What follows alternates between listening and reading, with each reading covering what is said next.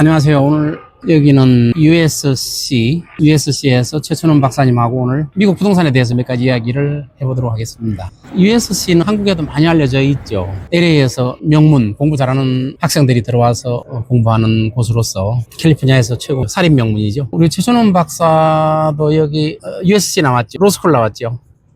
예. 여기 로스쿨 나와서 캠퍼스를 잘 알고 있어서 일부러 장소를 이쪽으로 했습니다. 캠퍼스 안에 있는 교정인데 지금이 5월 달이니까 졸업식이 5월 15일이죠. 졸업식 준비하느라고 미리 졸업사진 찍으러 오는 학생들도 있고 또 뭐 시험 공부하러 오시는 분들도 있고 우리가 있는 곳이 건물 이름 뭐죠? 앱스타인 패밀리 알룸나이 센터라고 해서요. 되게 유명한 건물입니다. 그리고 자리하신 이 음식점은 굉장히 또 유명하고요. 바로 뒤에 보이시는 이 나무가 나무 이거 얼마나 된 것 같아요? 500년 된 것 같은데? 아마 그 이상 됐다고 해도 믿을 정도로 그러니까. 굉장히 오래돼 보입니다. 어마어마한 나무가 있잖아요. 네, 맞습니다. 여기서 로스쿨 다녔기 때문에 그 건물만 아는 줄 알았더니 캠퍼스를 다 알고 있네요. 항상 시간 날 때는 전체를 한번 돌아다녀 봤습니다. 캠퍼스가 굉장히 커요. 예.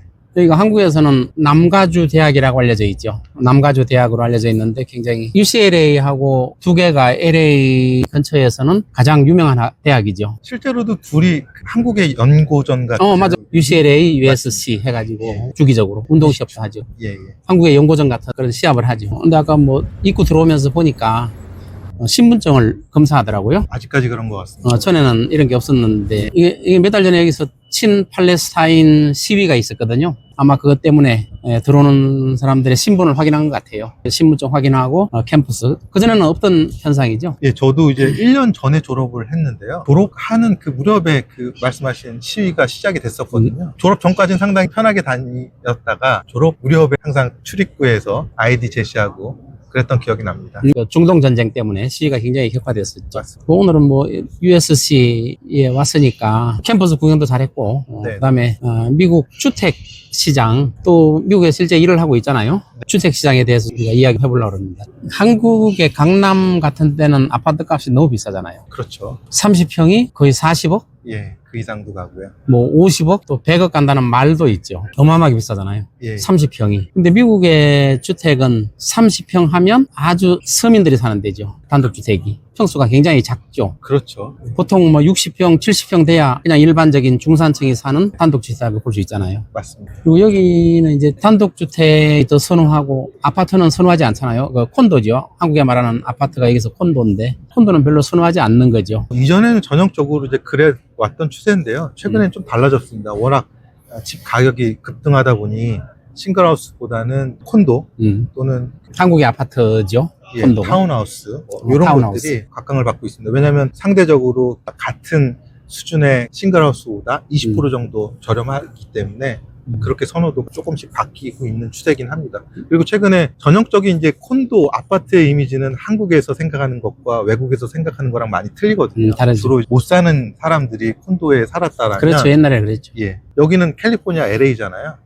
그래서 실제로 한국의 중견 건설 기업들이 들어와서 코리아타운 부근에 정말 최첨단이라고 할 수 있는 그런 시설을 구비한 한국형 아파트를 아파트를 분양을 지었죠. 하다 보니까 그 가격 자체는 결코 싸진 않더라고요. 아무래도 미국의 그 전형적인 사람들은 기본적으로 프라이버시를 굉장히 중요시하다 보니까 싱글하우스, 자기의 사생활이 좀 침해되지 않는 것을 중요시하기 때문에 싱글하우스의 선호도가 더 높은 것 같습니다. 그렇죠. 콘도와 아파트는 아무래도 소음도 있고 프라이빗하지 않잖아요. 아무래도 같은 벽을 가운데 끼고 하기 때문에 그리고 층간 소음은 어쩔 수 없잖아요. 한국도 그렇지만 여기도 어쩔 수 없잖아요. 층간 소음이. 저는 더 심한 것 같습니다. 여기가 더 왜냐하면 심해요. 목조로 지었기 때문에. 맞습니다. 목조주택이라서 소음이 더 심하고 그래서 아마 미국에서는 콘도나 아파트를 선호하지 않고 서민들이 사는 곳이다 이렇게 인식되어 왔었죠. 근데 이제 요즘에 이제 지금 말씀하신 것처럼 대도시에서 네. 콘도가 조금씩 각광을 받고 있죠. 그렇죠. 중요한 이유가 뭐라고 생각해요? 아무래도 이제 사람들도 DIY라고 해서 Do It Yourself라는 그런 네. 기본적인 개념들이 있어서 사람들이 어떤 고장이 나고 하면은 본인들이 노력을 해서 수리를 하려고 하는데 맞아. 단독주택은 네네. 잔디도 깎고 그런 것들이 많이 귀찮아지는 거죠. 젊은 세대들이 그런 것들에 대한 불편함이나 이런 것 때문에 오히려 좀 편안함을 추구하는 입장에서 싱글하우스보다는 공동주택 단지 HOA는 좀 비싸더라도 대신해 줄 수 있는 그런 서비스를 좀 많이 선호하는 것 같습니다. 우리나라도 아파트를 선호하는 게 편리함 때문이잖아요. 맞습니다. 미국도 이제 편리함 때문에 아직 완전히 되지는 않았지만 콘도나 아파트를 선호하는 경향이 조금씩 생기고 있는, 아직도 뭐 하우스를 선호하는 경향이 강하죠. 그동안에 부동산 가격 상승을 보면 하우스는 단독주택 같은 경우는 값이 많이 올랐는데 콘도 같은 경우는 임대주택이니까 네. 값이 별로 안 오른다 이런 인식이 돼 있었잖아요. 맞습니다. 현재까지 그런 추세는 분명히 보이긴 하지만 아까도 잠깐 말씀드린 것처럼 최근에 와서 워낙 이제 가격 자체가 팬데믹 이전과 이후로 나눴을 때 그래봤자 3, 4년인데 전국 그 평균 주택 가격을 통계를 내보니까 거의 한 40%에 가까운 상승률을 보였었거든요. 전반적인 가격이 뛰고 네. 물론 주택 가격도 뛰는 상황이지만 이게 계란값이 오른 것보다 주택 가격이 오른 게 확실히 데미지가 크잖아요. 그 제로금리 시대였잖아요. 맞습니다. 유동성이 풍부하게 풀렸고. 예. 거의 조장을 했었죠. 주택을 구매하라는 그런 의미로. 그래서 결과적으로는 주택 가격이 상승했고 그때 주택을 사지 못한 임차인의 입장에서는 가격이 많이 올라서 이례적으로 뛰었죠. 맞습니다. 여전히 그렇다면 이제 상대적으로 그 렌트 가격이 좀 저렴한 그런 걸 찾다 보니까 그런 현상들이 좀 나온 것 같습니다. 그럼 이제 한국에는 이제 30평이다. 그러면 강남의 핵심 지역 한 40억, 50억 이렇게 하는 데도 있잖아요. 네네. 그럼 미국의 콘도가 30평형대다. 그러면 통상적으로 중산층이 사는 데가 가격이 여기 LA 주변 네네. 대도시를 말하는 거예요. 가격이 얼마 정도 지금 되고 있죠? 뭐 평균적으로? 이게 워낙 그 LA도 넓은 지역이다 보니까 딱히 이게 평균이다라고 말씀드릴 수는 없겠지만 그래도 보통 100만 불 내외로 수렴하는 것 같습니다. 100만 불이면 한 14억 정도? 그렇죠. 그럼 강남보다는 굉장히 싸잖아요. 네, 맞습니다. 굉장히 싸잖아요. 상대적으로 많이 예. 저렴하게 느껴지죠. 그 단독주택 같은 경우는 보통 얼마 정도 갑니까? 단독주택 같은 경우도 보통 단독주택은 보통 한 60평은 넘어야 되죠. 보통 60평 안팎이죠. 네, 그렇죠. 그거보다 작은 거는 옛날에 네네네. 100년 전에 지은 집 이런 거고 네. 60평 정도인데 그 단독주택은 얼마 정도 갑니까? LA 같은 경우는 평균이 거의 한 100만 불 전으로 왔다 갔다 60평 안팎으로 해서 4,000 스퀘어핏 정도, 방 3개, 욕실 3개 그게 한 그런 60평 되는 거죠. 그렇게 되죠. 그러면 콘도가 상대적으로 비쌀 수도 있는데 이게 같은 콘도라고 해도 좀 다른 게 이 지역마다 좀 틀리고요. 그리고 HOA 서비스의 내용에 따라 좀 틀리긴 한데요. 콘도 같은 경우는 기본적으로 그보다는 좀 저렴하죠. 그렇지만 예를 들어서 우리가 알고 있는 얼바인이나 아니면 해변가 지역의 고급 주택가는 콘도. 제하고 말씀드렸어요. 그런 데는 일반적인 HOA도 굉장히 비싸잖아요. 굉장히 비싸죠. HOA가 500불 하는 데도 있고요. 1000불 하는 데까지도 좀 뭐 2,000불 하는 데까지 있잖아요. 맞습니다. 그러면 결국 2,000불까지 하는 HOA를 부담하면서 산다는 사람들은 중산층 이상은 되겠죠. 그거는 LA 다운타운에 최고급 아파트가 있잖아요. 이런 데는 2,000불 정도 가더라고요. 그거는 HOA만 2,000불이니까 엄청난 그렇죠. 고급 아파트죠. 거기를 찾는 구매자들은 중산층 이상. 예, 부자라고 되잖아요. 봐야죠. 예. 그러면 이제 한국의 강남의 아파트가 30평대가 뭐 한 40억 이상 간다면 예. 거기서 팔아서 여기 오면은 30평짜리를 한 3개 살 수 있는 거 아니에요? 3개 이상 살 수 있잖아요. 단순히 집 가격만 놓고 보면 그럴 수가 있는데요.